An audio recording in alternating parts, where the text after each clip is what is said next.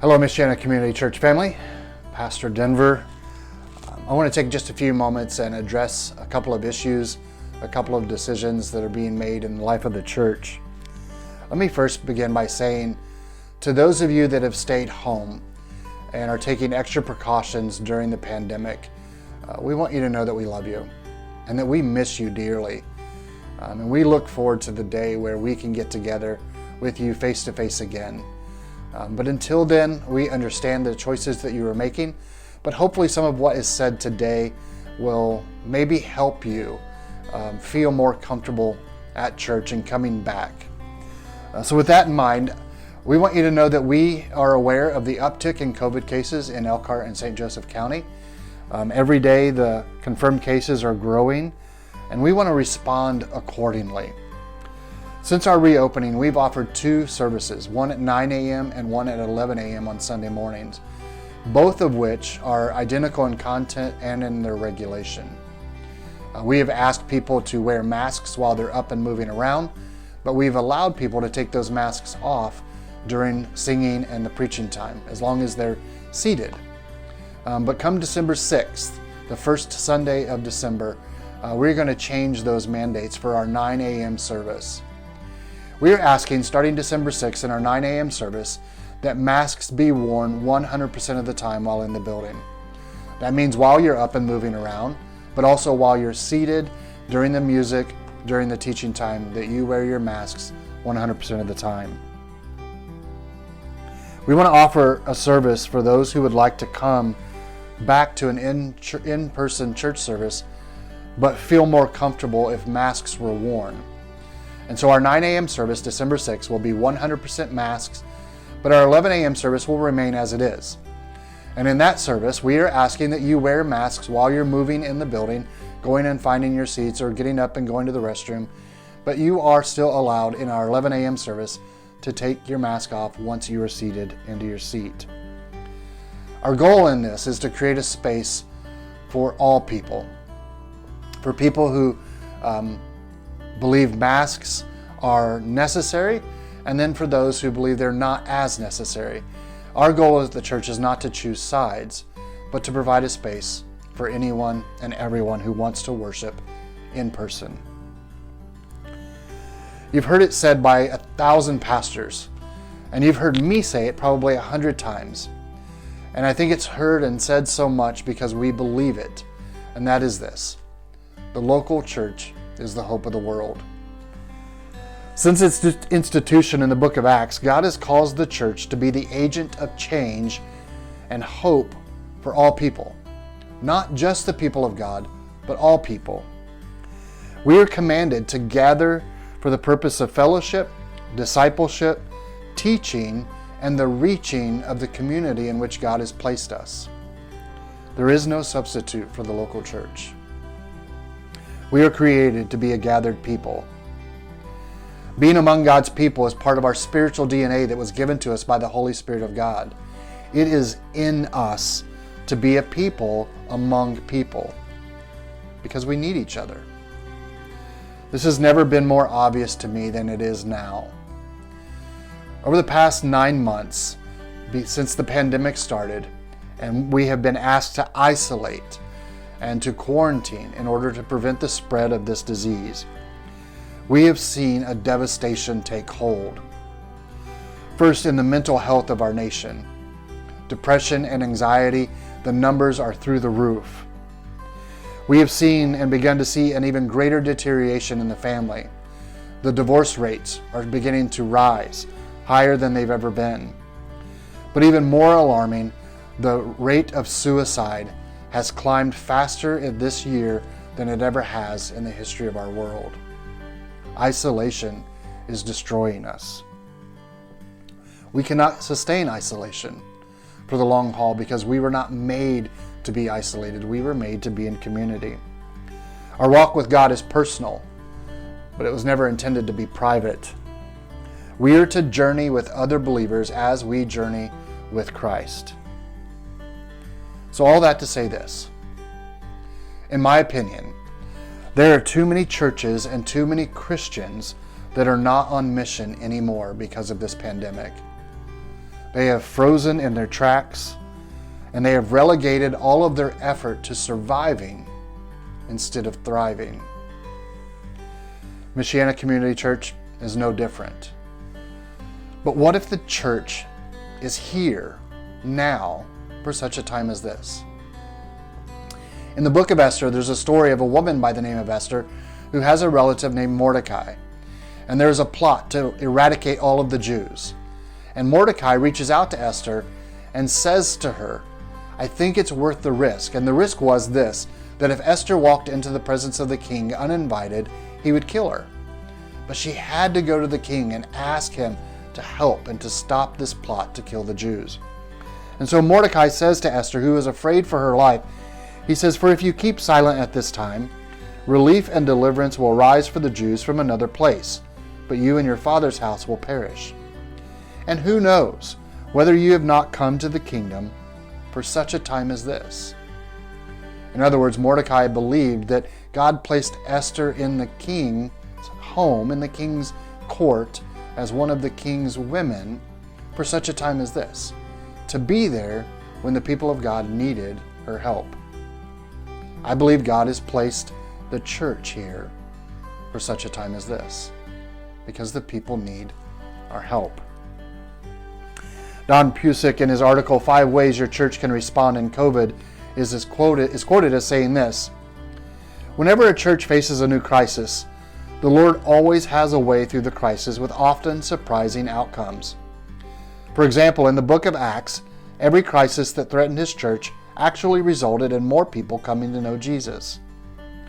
Some historians believe that part of the remarkable growth of the early church came through 2 deadly epidemics that struck the Roman Empire in the 2nd and 3rd centuries.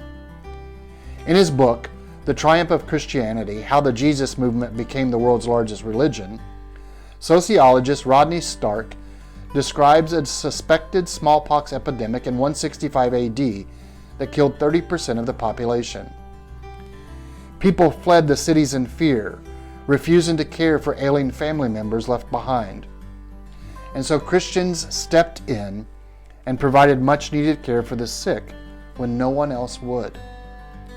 Stark believes that was one reason the church grew from an estimated 45,000 people during the first epidemic to over 1.1 million people by the time the second epidemic struck in 251 AD. The coronavirus pandemic is a dangerous and disruptive force in the world today. But the Lord is not in a panic. He has not been taken by surprise by this virus. He has a way for us and our church not only to survive this crisis, but to use us to minister encouragement and truth in a deeply troubled period of time. Let me rephrase that, or re-say that. He has a way for us and our church not only to survive this crisis, but to use us to minister encouragement and truth in a deeply troubled period of our history. This season will pass, and there will be a day that we will walk into that will be COVID-free. But when we look back on these days that we're living in now, will we see a vibrant church? A church that was moving out into the community, and a church that was on mission to help a hurting and fearful world? Or will we see a church that was frozen with fear itself, and a church that lost its way? What can we do? Right? So that's the question. What can we do then? Here's what I believe is the most important piece for the Christians and the Christian church right now, today. We need to be the people that provide a consistent, sacrificial witness over the long haul. We need to provide a sacrificial and consistent witness over the long haul. In an interview on March 13th, 2020, in the edition of PBS NewsHour, the New York Times columnist David Brooks reflected on the effect of the 1918 flu pandemic on the West. His reflections were a warning to to us, of the cost of the let me start over.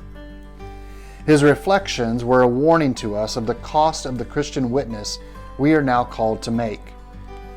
Brooks wondered why the 1918 flu pandemic, which killed 675,000 Americans and 50,000 Canadians, had no lasting impact on the culture. He spent a week researching and reading about it. What he learned is not good news. At the beginning of the 1918 pandemic, people stepped up. They volunteered and sacrificed themselves for the greater good, just as the West is doing now through social distancing and self-imposed isolation. But Brooks concluded that pandemics are not good for social trust. In 1918, as fear increased, people stopped caring for others. They stopped volunteering, and they stopped sacrificing for the benefit of other people.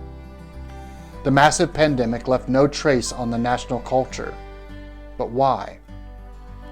Brooks says, people were ashamed of how they behaved because they looked after themselves and no one else. And that's understandable because Brooks says fear is a terrible thing. I believe how Christians serve, sacrifice, and sustain their faith during a season such as this becomes a powerful witness and testimony to the God they serve and to the faith they hold. As Christians, as followers of Jesus Christ, we are not to allow fear to have the final word. Refusing to let fear turn us inward and away from our suffering neighbor is the witness that we need to have over the long haul of this pandemic. For such a time as this, God gave the world a church. So what does that look like for us to become a people on mission again? To not be frozen in this, but to be mobile and moving out into our neighborhoods. Well, it is a pandemic, and it is something that is very serious. It is not something to be messed with in any kind of contrite way. But we still have to be the church. And so I want to challenge those of you that are coming to in-person services to continue to do so. And for those of you that cannot, and we understand that there are those who cannot be a part of the in-person service, but make sure that you are watching online on Sunday mornings with us.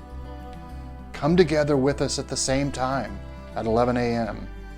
But then also for those of you that are isolated and at home, find a way to connect to other Christians. Maybe you would gather in a group of 2 or 3. Maybe you would come to the church and you would social distance and you would wear your masks, but you would share lunch together and you would fellowship together and then you would pray together. But you would be the church in a group of 3 to 4 people and you would pray for the eradication of the COVID virus. You would pray for the infirmed and the lost of our world, the people that are hurting because of this. You would pray for first responders, nursing staff, and hospitals. You would pray for your government officials. You would pray for your pastors and your church leaders. Yes, of course, you can pray from home, and I know many of you are. But again, we need community. We need to be among God's people for the purpose of God's church. There is something powerful in getting together with other Christians and praying in God's name. So come to church. Allow God to keep your heart tender and open to His voice and His direction and will during this time. If you cannot come in person, then at home, watch during the 11 o'clock hour. Let us know that you're watching. Interact with us and Dom and others that are watching along with you. Let there be fellowship. But then take another step and reach out to 1 or 2 other people.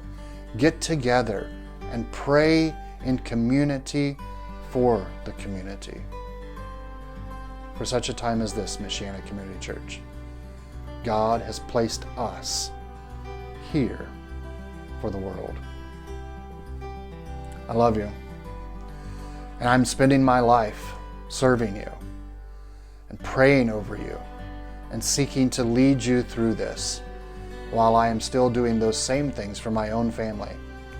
Trying to be wise and safe, but also trying to be a man of faith who will have a consistent, long-standing witness that says, my God is more powerful than any pandemic. God bless you. Have a great day. May the Lord ever be with you.